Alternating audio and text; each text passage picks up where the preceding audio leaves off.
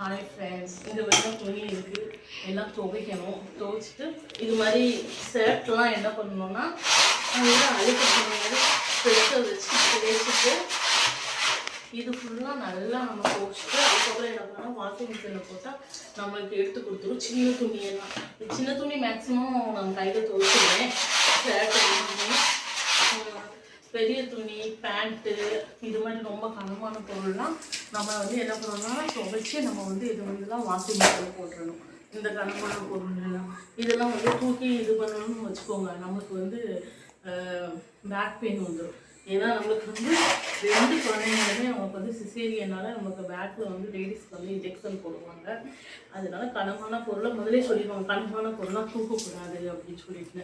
அதனால தான் நாங்கள் அதுக்கு முன்னாடிலாம் நாங்கள் என்ன பண்ணுவோம், லைட்டான துணினாலும் சரி இதனாலும் சரி தண்ணி டைம்லாம் வச்சு நாங்கள் டேரெக்டாக துவைச்சி எல்லாமே அனுப்பிடுவோம்.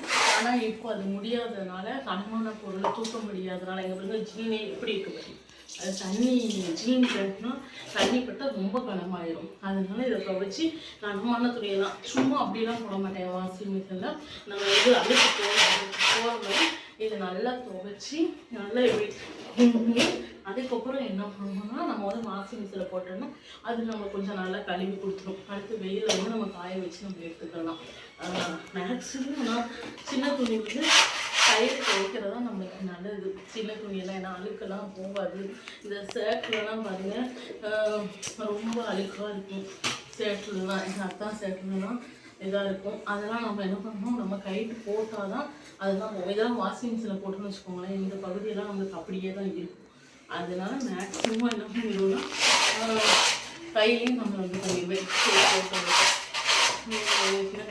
ஒரு பக்கெட் இருக்கும், 2 நாளைக்கு ஒரு தடவை வந்து இப்படி பக்கெட் வந்து உங்களுக்கு தேடும். பிள்ளைங்களும் இருக்கிறதுனால யூனிஃபார்ம் துணி எல்லாம் வந்து நம்ம அப்பப்போ என்ன பண்ணுறோம்னா துவைச்சி போட்டிருக்கணும். இந்த கால் பகுதியிலலாம் இதெல்லாம் நல்லா தேய்ச்சாதான் நம்மளுக்கு அந்த அழுக்கெல்லாம் நம்மளுக்கு நல்லா போகும். கால் பகுதி இந்த முன்னாடி உள்ள இந்த பாக்கெட்டு இதெல்லாம் போட்டால் தான் நம்மளுக்கெல்லாம் அழுக்கெல்லாம் நல்லா போகும்.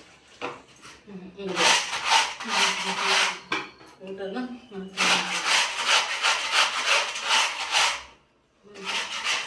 வீடியோ பார்க்குறவங்க வந்து சப்ஸ்கிரைப் பண்ணிவிட்டு வாங்க. சப்ஸ்கிரைப் யாரும் பண்ணாமல் பார்க்காதீங்க.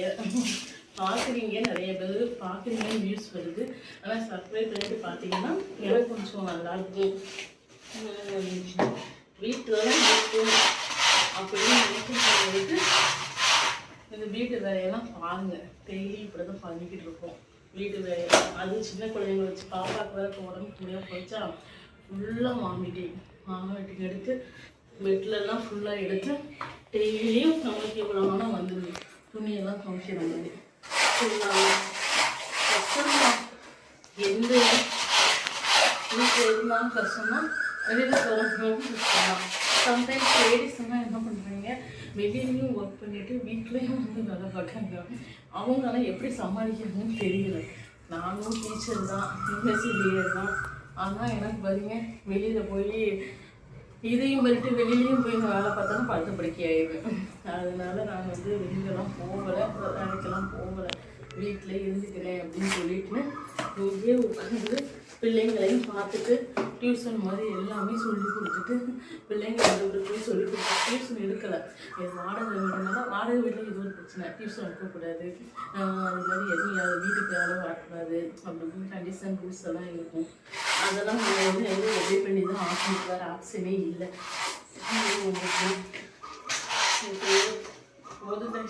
எப்படியும் நான் ஏதாவது சுலபமாக சொல்லிடுவோம். ஒருத்தவங்க லைஃப் வந்து வெளியில் பார்க்க வந்து சுலபமாக இருக்கும். அவங்க உள்ளே போய் இந்த லைஃப்பை பார்த்தா தான் நம்மளுக்கு தெரியும். இன்னொன்று சொல்லுவேன்னு வச்சுருந்தேன், பிள்ளைங்களையும் ஸ்கூலில் கொண்டு போய் விடுறது நாங்கள் தான், ஸ்கூலில் வந்து கூட்டிகிட்டு வரதும் நாங்கள் தான். அப்படி இருக்கும்போது ஸ்கூல்லையே போகும்போதே ரோட்டில் என்ன பண்ணாங்க, சைடில் ஃபுல்லாக வண்டி கைஸ், சைடில் ஃபுல்லாக வண்டியாக நிப்பாட்டி வச்சுருக்கீங்க, போகவும் முடிய மாட்டேங்குது, பயமாகவும் இருக்குது. ஏன்னா பிள்ளைங்களை கூட்டிகிட்டு போகிறதுக்கு ரோட்டில் போகவே வண்டியில் போகிறதுக்கே நல்லா ஓட்ட தெரிஞ்சாலுமே ரோட்டில் வண்டியில் போகிறதுக்கே பயமாக இருக்குது. எங்கே பார்க்குறதாலும் ஆக்சிடெண்ட்டாக இருக்குது. அதே மாதிரி நாயும் நிறைய நாய் இருக்குது, நிறைய நாய் இருக்குது, நிறைய மாடு வேறு இருக்குது. நாயும் இருக்குது, மாடும் இருக்குது. அதையும் தாண்டி மெதுவாக ஸ்லோவாக வண்டி ஓட்டிகிட்டு போனாலுமே ஓரத்தில் என்ன பண்ணுறாங்க தெரியுமா, ஃபுல்லாக காரு, என்னோட காரு, வேனு, பைக்கு, லாரி எல்லாமே ஓரத்தில் நிப்பாட்டி வச்சுருந்தீங்க. ரோடே அவங்க ஸ்கூலுக்கு போகிற ரோடே இவ்வளோ தான், இதில் இவ்வளோ ஆனால் ஆட்டை பண்ணிடுவீங்க எல்லாம் நிப்பாட்டி வச்சுட்டு. இந்த குறுகிய இதெல்லாம் ஓட்டணும், அதுலேயும் நாய் ஊடால வருது, மாடு ஊடால வருது. என்ன பண்ணுறதுன்னு தெரியல. ஏன் நம்ம மக்கள் இப்படி நிறைய மக்கள் பொறுப்பை உணராம இருக்கிறதாலும் புரியலை. ஃபாரின் கண்ட்ரிலலாம் பார்த்தீங்கன்னா ரோடெல்லாம் அவ்வளோ நீட்டாக அவ்வளோ இதாக இருக்கும். என்ன என்ன கவர்மெண்ட் எவ்வளோதான் ரூல்ஸ் போட்டாலுமே அப்படி தான் இருக்குது. என்ன பண்ணுறது? இன்றைக்கி நியூஸ்லலாம் பார்த்தீங்கன்னா இல்லத்தரசிகளுக்கு வந்து இவ்வளோ வேலை செய்கிறாங்க, வீட்டு வேலையெல்லாம் செய்கிறாங்க, சமைக்கிறாங்க, துணி துவைக்கிறாங்க, எல்லா பிள்ளைங்களை பார்த்துக்கிறாங்க, பிள்ளைங்களை படிக்க வைக்கிறாங்க, பிள்ளைங்களை ஸ்கூலில் கொண்டு போய் விடுறாங்க, ஸ்கூல்லேருந்து கூட்டிகிட்டு வர்றாங்க. அதனால் இல்லத்தரசிகளுக்குலாம் நீங்கள் வந்து மாதம் 30,000 வந்து கொடுக்கணும், அந்த அளவுக்கு ஒர்க் இருக்குன்னு ஒரு நியூஸ் போட்டாங்க. நேற்று பார்த்தேன்.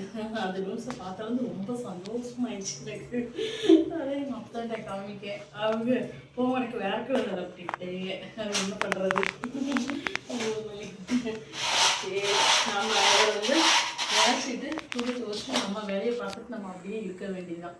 என்ன பண்ணுறது, வேறு ஆப்ஷனே இல்லை. அதுக்கெல்லாம் போயிட்டு வேலை வேலை வேலை வேலை 1 நிமிஷம் கூட ரெஸ்ட் இல்லை. நைட்டு தூங்குறதும் சம்டைம் 11, 12 ஆகிடுது. பாப்பாக்க முடியாதனால 1 மணிக்கு மேலே 2 மணி ஆயிடுது. காலையில் எண்ணிக்கவும் 6 மணிக்கு இல்லை. இப்போ தூங்குகிற டைமே கம்மியாயிடுச்சு. 5 மணி நேரம் 4 மணி நேரம் தான் தூங்குற மாதிரியே இருக்குது. அந்த மாதிரி இருக்குது லைஃப். வேலைக்கு போகாமலே எப்படி இருக்குது, வேலைக்கு போனால் தூங்கவே முடியாது போல. ஆனால் நிறைய பேர் எப்படி லேடிஸ் சமாளிக்கிறாங்கன்னு தான் தெரியலை. Okay guys,